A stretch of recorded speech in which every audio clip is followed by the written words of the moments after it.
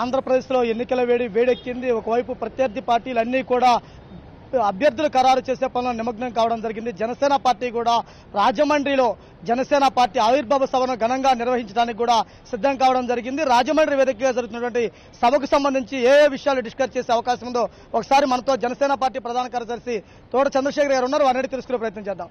Sir చెప్పండి, రేపు 14వ తారీఖున రాజమండ్రిలో బహిరంగ సభ పిలుపునిచ్చారు కదా, ఆ బహిరంగ సభ వేదికగా ఆంధ్రప్రదేశ్ ప్రజానికానికి ఏం సూచించున్నారు? మార్చి 14వ తారీఖుకి, ఈ సంవత్సరం మార్చి 14కి జనసేన పార్టీ పెట్టి 5 సంవత్సరాలు పూర్తవుతున్న సందర్భంగా మార్చి 14వ తారీఖున యానివర్సరీ సభ రాజమండ్రిలో పెట్టడం జరిగింది. ఆ సభ ఏర్పాట్ల గురించి చర్చించడానికి ఈరోజు సన్నాహక సమావేశం జనసేన పార్టీ ముఖ్య కార్యాలయంలో అది ఆర్గనైజ్ చేయడం జరిగింది. ఆ సభ గురించి, ఏర్పాట్ల గురించి ఈరోజు అందరి నాయకులతో చర్చించడం జరిగింది. అందరూ చాలా ఉత్సాహంగా ఉన్నారు. ఎందుకంటే ఇంతకుముందు కూడా రాజమండ్రిలో కవాతు జరిగింది. ఆ కవాతు కూడా నభూతో నా భవిష్యత్ అన్న విధంగా రాజమండ్రి కవాతు జరిగింది ధవళేశ్వరం బ్యారేజ్ మీద. అప్పుడు ఏ విధంగా అయితే జరిగిందో అంతకన్నా ఎక్కువ ఉత్సాహంతో ఈరోజు జనసేన కార్యకర్తలు, ప్రజలు అంతా ఉత్సుకతో వెయిట్ చేస్తున్నారు. ఆ సభని ఘనంగా జరపడానికి ఏర్పాట్లు ఆల్రెడీ మా నాయకులు చేస్తున్నారు. ఇది చాలా ఇంతకుముందు మార్చి 14వ తారీఖు పోయిన సంవత్సరం గుంటూరులో ఏ విధంగా అయితే జరిగిందో దానికన్నా కూడా రెట్టింపు ఉత్సాహంతో ఈసారి నాయకులు పనిచేస్తూ ఉండటం వల్ల, కార్యకర్తలు ఉత్సాహం చూపించడం వల్ల తప్పకుండా ఇది దానికన్నా ఎక్కువ విజయవంతం అవుతుందని నేను భావిస్తున్నాను.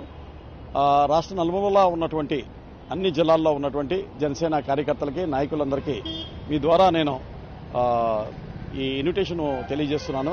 మీరు అందరూ ఈ సభలో పార్టిసిపేట్ చేయండి.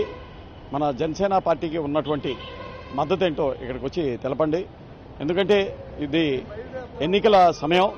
రాబోయే కొద్ది వారాల్లో మనం కురుక్షేత్ర యుద్ధాన్ని ఫేస్ చేయబోతున్నాం. ఈ సభ మనకి ఎంతో ముఖ్యమైనది. ఈ సభలో మన పార్టీ అధ్యక్షుడు పవన్ కళ్యాణ్ గారు అనేక అనౌన్స్మెంట్స్ కూడా చేయబోతున్నారు. అందుకు మీరంతా ఈ సభలో పాల్గొని దీన్ని దిగ్విజయంగా జయప్రదం చేయాలని నేను మీ అందరికీ విన్నవించుకుంటున్నాను. అంటే ఈ సభా వేదిక ద్వారా జనసేన పార్టీ పూర్తి స్థాయి మేనిఫెస్టోను ప్రకటించే అవకాశం ఉందా? అభ్యర్థులకు సంబంధించి కూడా ఏమైనా జాబితా విడుదల చేసే అవకాశం ఉందా?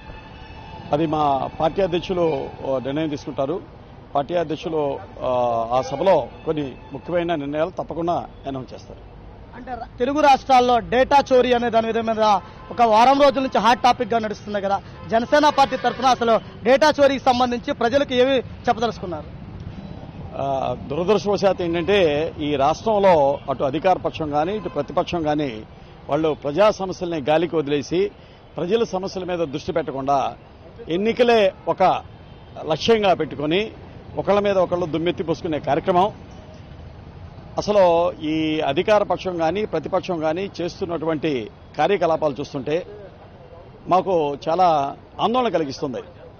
ఇంతమంది 5 కోట్ల మంది ప్రజల భవితవ్యం ఇటువంటి పార్టీల చేతిలో పెట్టడం వల్ల ఈరోజు ప్రజలు వాళ్ళ సమస్యల సుడిగుండంలో కొట్టుకుని సతమతం అవుతుంటే, ఒకళ్ళేమో ఓట్లు ఎలా వేయించుకోవాలని ఒకళ్ళు పన్నాగాలు పన్నుతుంటే, ఇంకొకళ్ళు ఓట్లు ఎలా తీయించాలో అని ఇంకోళ్ళు పన్నాగాలు పన్నటం, దాని గురించి ఏ ఎక్స్టెంట్కైనా వెళ్లటం. అంటే ప్రజల వైయక్తిక ఇన్ఫర్మేషన్ కూడా ఏదైతే సీక్రెట్గా ఉంచాలో, ఆధార్ డేటా అన్నది చాలా పర్సనల్ ఇన్ఫర్మేషన్. ఆధార్ డేటా అది పబ్లిక్ డొమైన్లో పెట్టడం, వాట్సాప్లో వాళ్ళ మొబైల్ యాప్లో పెట్టడం, పార్టీ యాప్లో అది ప్రొవైడ్ చేయటం. ఇప్పుడు ఎలక్ట్రల్ డేటా అంటే ఓటర్స్ లిస్టు అది పెద్ద అది ప్రాబ్లం కాదు, ఎందుకంటే అది పబ్లిక్ డొమైన్లో అవైలబుల్ డేటానే. కానీ బ్యాంక్ అకౌంట్స్ లాంటి మోస్ట్ పర్సనల్ డేటా, అలానే ఆధార్ డేటా కూడా పబ్లిక్ డొమైన్లో వాళ్ళ పార్టీల స్వప్రయోజనాలకి దాన్ని మిస్యూజ్ చేస్తూ ఈరోజు వాళ్ళు ప్రయత్నిస్తున్నారు. అలా ఒక పార్టీ ప్రయత్నిస్తుంటే రెండో పార్టీ వచ్చి లక్షల ఓట్లు ఎలా తొలగించాలి అంటే ప్రజల కన్సెంట్ లేకుండానే వాళ్ళకి ఎవరైతే విరుద్ధంగా ఉన్నారో అటువంటి పార్టీల ఓట్లని తొలగించే కార్యక్రమం పెద్ద ఎత్తున చేపడుతున్నారు. ఫామ్ 7 సబ్మిట్ చేసి వాళ్ళకి ఎవరైతే అపోజిషన్ పార్టీగా ఉన్నారో వాళ్ళందరూ ఓట్లను తొలగించే కార్యక్రమం చేస్తున్నారు. ఇంతకు ముందు కూడా జనసేన పార్టీ తీవ్రంగా దీని మీద పోరాటం చేయడం జరిగింది, ఆందోళన కూడా నిర్వహించాం. ఈ రాష్ట్రంలో చాలా పెద్ద ఎత్తున లక్షల సంఖ్యలో 20 లక్షల మంది ఓటర్లని వాళ్ళు తొలగించి వేయడం జరిగింది అన్యాయంగా, ఇంక్లూడింగ్ మై ఓట్. నా ఓటును కూడా వాళ్ళు నా ఫ్యామిలీ మెంబర్ ఓట్ని తీసివేయడం జరిగింది. అది మా జనబాట కార్యక్రమంలో కూడా నేను కార్యకర్తలను దృష్టికి తీసుకొచ్చాను. ఈ 20 లక్షల మంది ఓట్లు వాళ్ళు ఇల్లీగల్గా తొలగించి వేశారు. మీరంతా జాగ్రత్త వహించండి, మళ్ళీ మీ ఓటర్స్ లిస్టులో మీ నేమ్ ఇంక్లూడ్ అయ్యే విధంగా మీరు చర్యలు తీసుకోండి చెప్పడం ద్వారా మా జన సైనికులంతా ఎంతో కష్టపడి మళ్ళీ ఓటరు నమోదు కార్యక్రమాన్ని చాలా పెద్ద ఎత్తున చేపట్టి చాలా సక్సెస్ఫుల్ చేయడం జరిగింది. 20 లక్షల మంది ఓట్లు ఏవైతే తొలగించబడ్డాయో వాటన్నింటినీ మళ్ళీ ఓటర్ లిస్టులో ఇంక్లూడ్ అయ్యే విధంగా మేము చర్యలు తీసుకున్నాము. మళ్ళీ అన్ఫార్చునేట్గా ఆ ఓటర్ లిస్టులో కొత్త ఓటర్ లిస్ట్ తయారైనప్పుడు తర్వాత కూడా మళ్ళీ ఫామ్ నెంబర్ 7 ఇవ్వటం, మళ్ళీ కొంతమంది ఓటర్ల నేమ్ తొలగించాలనే కుట్ర చేయటం, ఇది మాకు చాలా ఆందోళన కలిగిస్తుంది. ఇప్పుడు మీరు ప్రజల్లోకి వెళ్ళి ప్రజలకి వివరించండి, మీ మేనిఫెస్టో ఏంటి, మీ పార్టీ సిద్ధాంతాలేంటి, మీ ఆశయాలేంటి, ప్రజలకు ఏం చేస్తారో అది చెప్పండి. కానీ ఒకళ్ళ ఓట్లు ఎలా తీయించేసేయాలి, దొంగ ఓట్లు ఎలా వేయించాలి, దొంగ ఓటర్లను ఎలా జాయిన్ చేయాలి, వీటి మీద కాదు మీరు వెచ్చించాల్సిన సమయం కానీ మీరు వెచ్చించాల్సిన అమూల్యమైన మీ మెదడు కానీ ఇటువంటి వాటి మీద, ఈ కుయుక్తుల మీద ఉపయోగించకండి. ప్రజలకి మేలు చేసే వాటి మీద ఉపయోగించండి. అంతేగాని ఈ ఒకళ్ళు ఎలా కిందకి ఏడ్చాలో, ఆ తర్వాత ప్రజల్లో ఓటుని ఏ విధంగా మనం మ్యానిపులేట్ చేసి సంపాదించాలో ఈ విధమైన కుయుక్తులు పడకుండా ప్రజలకి మేలు చేసే పద్ధతిలో మీరు ఆలోచించండి అని మీ అందరికీ నేను వినవి చేస్తున్నాను. గుంటూరు అదేవిధంగా రాష్ట్ర వ్యాప్తంగా కూడా జనసేన సైనికుల మీద అక్రమ కేసులు బనాయిస్తున్నారు, వేధింపులు గురి చేస్తున్నారు కదా, వానికి సంబంధించి ఎటువంటి పిలుపునివ్వాలనుకున్నారు, కార్యకర్తలకు ఎలా మనోధైర్యం ఇస్తారు? ఇప్పుడు ఈరోజు జనసేన పార్టీ అంటే అందరికీ భయం పట్టుకుంది, అటు మిగతా పార్టీ వాళ్ళకి. ఎందుకంటే జనసేన పార్టీ రోజు రోజుకి దానికి పెరుగుతున్నటువంటి ఆదరణ కానివ్వండి, ప్రజల్లో అది దానికి వస్తున్నటువంటి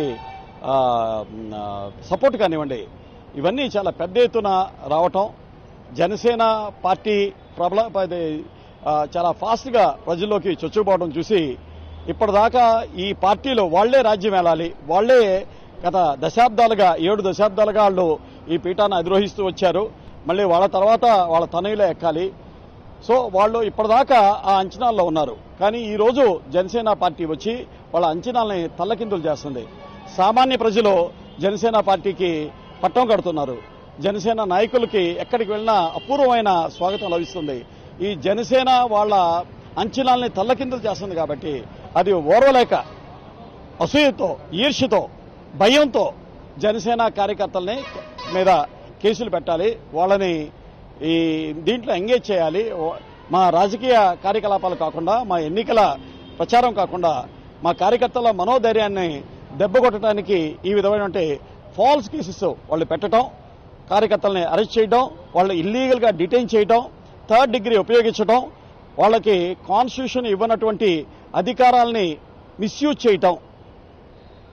చేసి ఈ విధమైన అక్రమ అరెస్టులు చేస్తున్నారు. దీన్ని మేము ముక్తకంఠంతో ఖండిస్తున్నాం. జనసేన ఇటువంటి కేసులకి మేము భయపడే వాళ్ళం కాదు. మీరు ఎన్ని కేసులైనా పెట్టండి, ఎందుకంటే ఇవన్నీ ఫాల్స్ కేసెస్, ఇందులో ఏమాత్రం నిజం లేదు. అన్యాయమైన కేసులు మీరు మా కార్యకర్తలకి ఎగనిస్ట్గా మీరు కేసు ఫైల్ చేస్తున్నారు.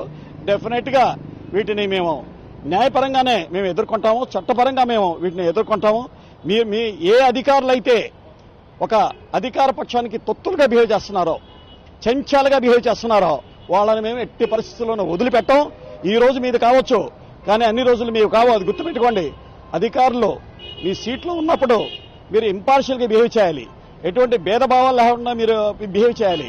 అంతేగాని అధికార పార్టీకి మీరు తొత్తుల్లాగా బిహేవ్ చేసి, చెంచాల్లాగా బిహేవ్ చేసి, కార్యకర్తల మీద ఫాల్స్ కేసెస్ ఫైల్ చేసి, వాళ్ళని ఇంప్లికేట్ చేసి, వాళ్ళని అరెస్ట్ చేయడం వల్ల మేమందరం ఇంకా యునైట్ అవుతున్నాం, ఇంకా సంఘటితంగా అవుతున్నాం తప్పిసి మా మనోనిబరాన్ని ఏ విధంగా మీరు కొట్టలేరు అని మీ అందరికీ నేను తెలియజేస్తున్నాను. రాష్ట్రంలో జరుగుతున్న అక్రమ అరెస్టులకు సంబంధించి కూడా జనసేన కార్యకర్తలు బెదిరేది లేదు. రానున్న ఎన్నికల్లో ప్రజలే న్యాయం నిర్దేశిస్తారు. అదేవిధంగా రాజమండ్రిలో జరగనున్నటువంటి బహిరంగ సభను కూడా విజయవంతం చేయాలని కూడా పిలుపునివ్వడం జరిగింది. కెమెరా పర్సన్ ఉదయ్ కుమార్తో Srinivas, 99 TV. Hello, this is your Nandu. Please do subscribe to New Waves Media. ఇలాంటి మరిన్ని మంచి వీడియోలు కావాలని కోరుకుంటున్నారా? అయితే పక్కనే ఉన్న గంట సింబల్ను క్లిక్ చేయండి. అలాగే సబ్స్క్రైబ్ చేయండి.